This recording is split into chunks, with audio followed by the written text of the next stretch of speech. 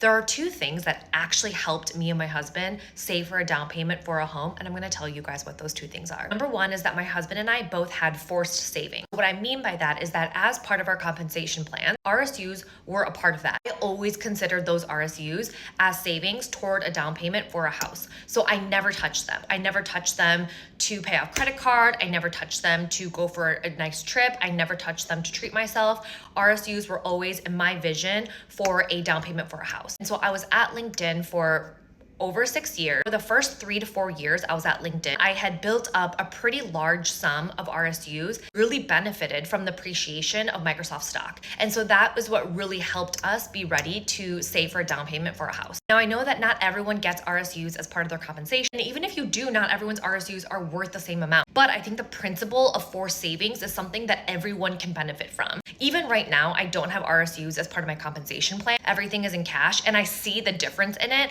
of when you get all the money. It's one thing to have the intention to save, but it's another thing when that decision is being already made for you every single time that you don't even think about it. Because lifestyle creep is so easy. So if you look at your paycheck, and if there's a way that you can take a portion or percentage of that paycheck and direct deposit that to a high yield savings account. I use SoFi. I have a link in my bio. It's my favorite high yield savings account. Put that in there and use that as forced savings. So in the background, this amount will be growing and building over time for you to reach any long-term goal like a down payment on a house. Number two is that we continued to increase our income. We bought our house when I was 30 and Eugene was 32. And I think in those saving years, we're also like really prime earning years for us. One, I'm very motivated by my job. And so I was really focused on like growing and building my career. And with that came also increasing my opportunity to like earn money essentially. I know it sounds obvious to say like, oh, make more money. But the thing is that you don't realize that it is easier to earn a little bit more money than it is to try to save X amount of money. So just keeping your eye out for like, if there are opportunities for you to increase your income or ask for a raise,